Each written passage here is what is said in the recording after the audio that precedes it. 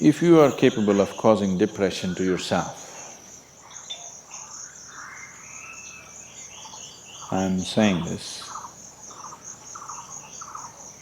not without any concern for your illness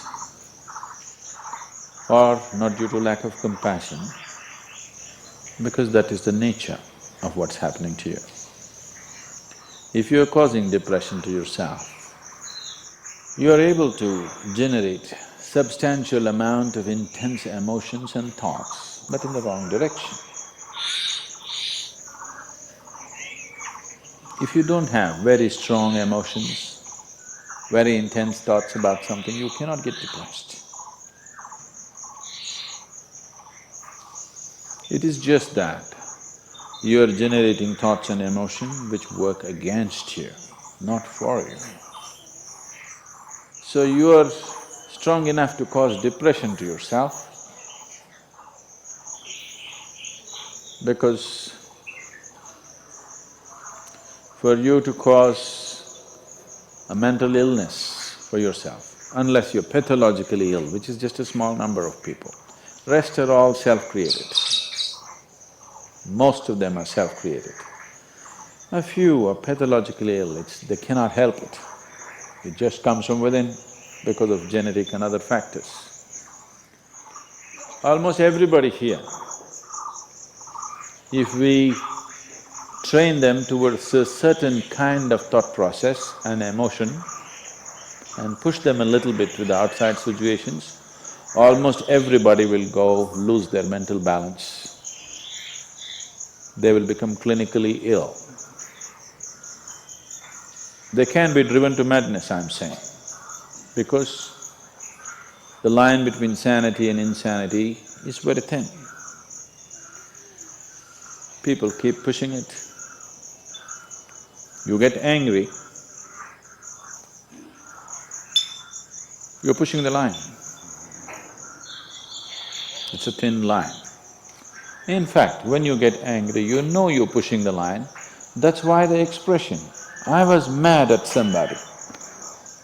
You're not mad at somebody, you're just going mad. You cannot be mad at somebody. You're just pushing your sanity, the boundaries of sanity, and moving into insanity for a certain period of time and coming back. You do one thing every day, you try this, 10 minutes a day. Try intense anger on somebody.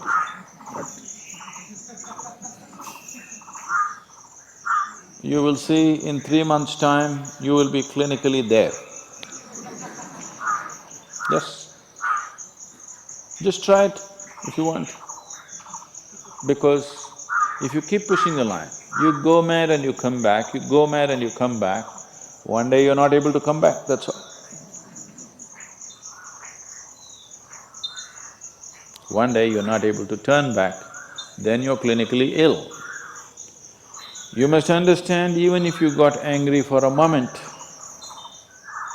you're already ill. Maybe you don't get the certificate of diagnosis. They don't slap a certificate on you that you're gone, but you are going, isn't it? You think it's your right to throw tantrums? You think it's your right to get angry with people? You think it's your privilege to be depressed so that you'll get attention from somebody? You keep playing this, one day you will not be able to turn back. Keep crossing the line every day, one day you will see you cannot cross back. That day, you need a doctor. Till then, everybody needed a respite from you, but the day you can't cross back, they get the respite because now they can catch you and give you to a doctor. Otherwise, you're temporarily going mad every day, many times a day. They cannot even send you to an asylum, they have to bear with you, your family, your friends, your people around you. If you get at least truly clinically ill, we can hand you over. There's one temple in Tamil Nadu, where they chain you and keep you. Where there is no hospital, no psychological for ailments, there is no hospital, there is a temple that somebody created which is supposed to push people back into sanity.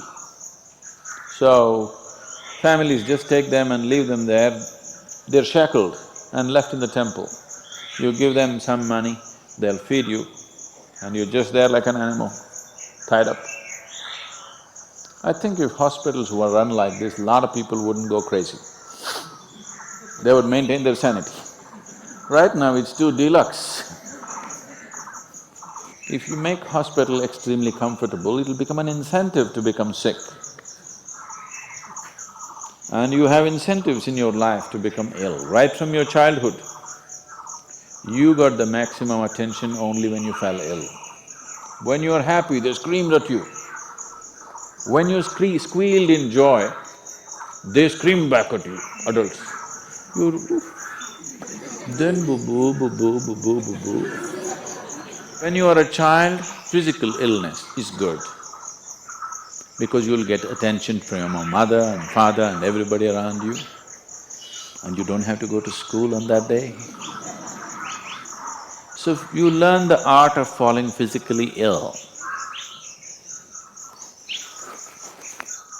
But once you get married, you learn the art of becoming mentally ill. Because if you want to get attention, you go sit in a corner, act depressed, people will pay attention to you. So you keep playing this game, one day you're not able to cross the line back. That day you're clinically ill. Unfortunately, in many ways, not just in the way that I said now, in many different ways, I would say 70% of illnesses on the planet, all kinds, are self-created. Even if you get an infection, there is a way. If you keep yourself in a certain way, physically and mentally, the virus and the bacteria will not work the same way as it works upon somebody else. If you set yourself like this, no matter what's happening, anyway, I have to go and do this, this and this. There's no break from that. The last 29 years, I have not been able to cancel one program because I'm running temperature, I got a cold, I got this, I got that. It doesn't matter what's happening, what you have to do, you anyway have to do. You can't turn back on that. Either out of your commitment or you have a boss like that. One way or the other, if it happens, then you will see, you will not at all fall sick so often. Because if you have temperature, you still have to go. If it's summer, you still go, right? Now, a lot of people don't go. It's a little hot outside, they don't go and work. Little cold outside, they don't go and work. A little raining, they won't go and work. A snowflake, they will not go and work. This is just weather. So for every change in weather, if you have the comfort of covering yourself in a blanket and lying down, once you create that, your body will learn to fall sick as often as possible. If you just keep it this way, it doesn't matter what it is, anyway I have to go and do what I have to do, you will see your body will just bounce back as quickly as possible, even if it gets the worst kind of infections. So you just have to set the necessary conditions for health, necessary incentives for health, both for yourself and your children if you have them. Do not set incentives for sickness. The child is sick, observe him from a distance, never go cuddling. He knows that's the worst time of his life and he knows he has to get well soon. And give him the best attention when he is joyful. You will see he naturally learns from within. His very chemistry will learn that it pays to be joyful, it doesn't pay to be sick. If you make this very clear to your own biology, to your own chemistry and to everybody around you, you will see people will not fall sick. as often as they are right now. So set that up for yourself. You will see you will get healthy. If you can turn your mind this way, you can also turn it this way. I want you to understand this. No, I'm like this because my father abused me when I was 7 years of age. If you know all that bullshit, you can as well turn yourself around, isn't it? It's time.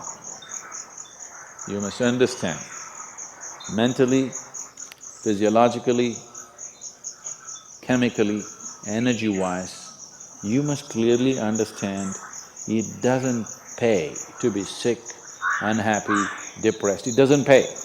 To be joyful and ecstatic, it pays. If you make this clear to all these people inside, they will all behave properly.